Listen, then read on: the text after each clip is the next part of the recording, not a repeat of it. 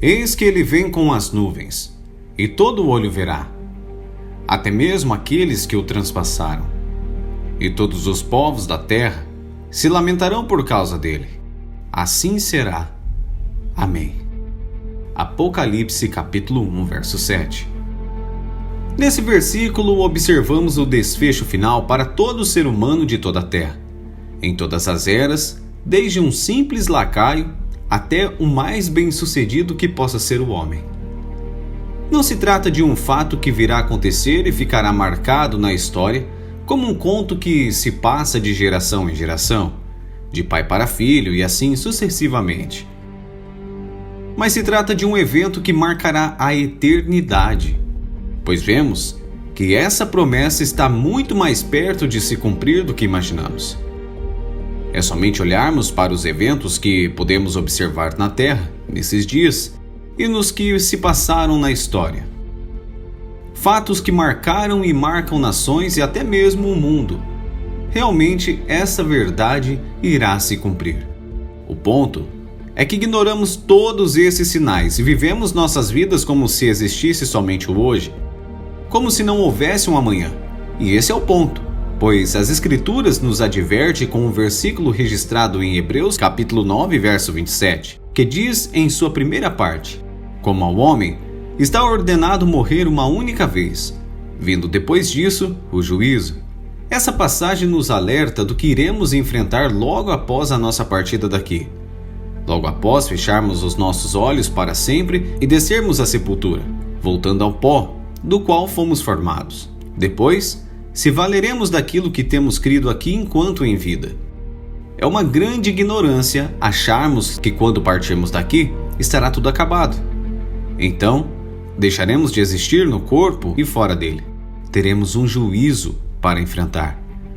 Um tribunal onde quem julga a sentença não é um magistrado que pode ser levado a interpretar a lei como ela acha que deve ser.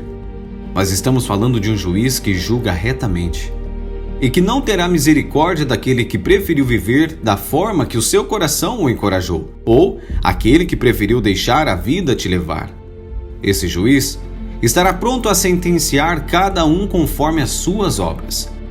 A questão é que se a sentença for contrária, você viverá para sempre separado de Deus em tormento e sofrimento.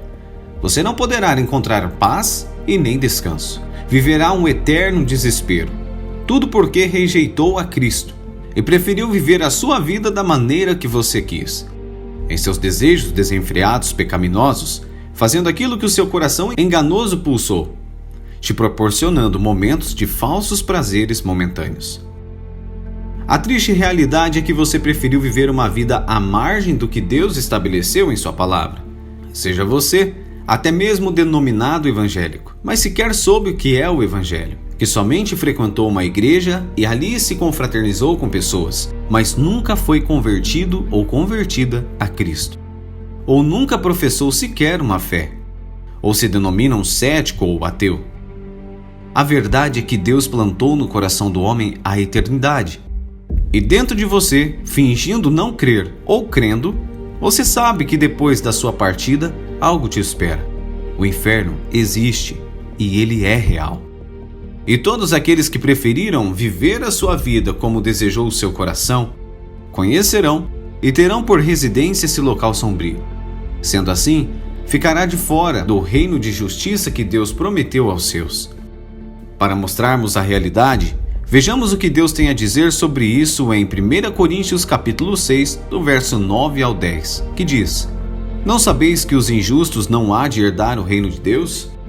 Não erreis, nem os devassos, nem os idólatras, nem os adúlteros, nem os efeminados, nem os sodomitas, nem os ladrões, nem os avarentos, nem os bêbados, nem os maldizentes, nem os roubadores herdarão o reino de Deus. Isso é uma má notícia para você, pois você está fadado ao fracasso e, consequentemente, ficar de fora do reino de Deus, se tens qualquer hábito pecaminoso mencionado acima na palavra de Deus. Pois tudo que ali está descrito ofende a um ser 3 vezes santo, que abomina qualquer comportamento contrário à sua palavra.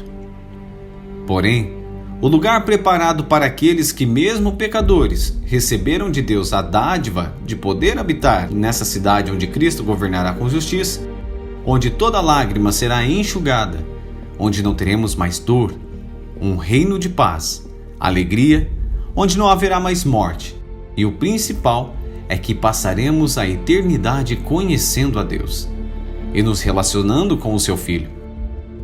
A Bíblia nos mostra essas verdades no livro de Apocalipse, capítulo 21, verso 4. Ele enxugará dos olhos deles todas as lágrimas. Não haverá mais morte, nem tristeza, nem choro, nem dor. A boa notícia é que mesmo caído em seus pecados, há alguém que pode te redimir de toda a sua culpa, pois Deus nos adverte que a alma que pecar, essa morrerá. Todas as suas transgressões podem ser anuladas por Jesus, pois ele morreu na cruz para todo aquele que olhar para ele com os cravos encravados em seus punhos e crer, receba a vida eterna. Porque Deus amou o mundo de tal maneira que deu o seu Filho unigênito para todo aquele que nele crer não pereça, mas tenha vida eterna. João capítulo 3, verso 16. Basta você crer que o sacrifício de Jesus é suficiente para te salvar e te justificar diante do Pai, te fazer uma nova criatura, te fazer viver para a glória dele, em novidade de vida. Lembre-se, a eternidade é logo ali, num abrir e fechar de olhos. Arrependa-se dos seus pecados e creia na boa notícia do Evangelho, para que não se encontre com Deus na eternidade sem suas vestes lavadas no sangue do Cordeiro, teu Filho Jesus Cristo. E ele voltará e retribuirá a cada um conforme o seu proceder. Se tão somente creres, verás o que Deus reservou para os seus na eternidade. Que Deus te abençoe.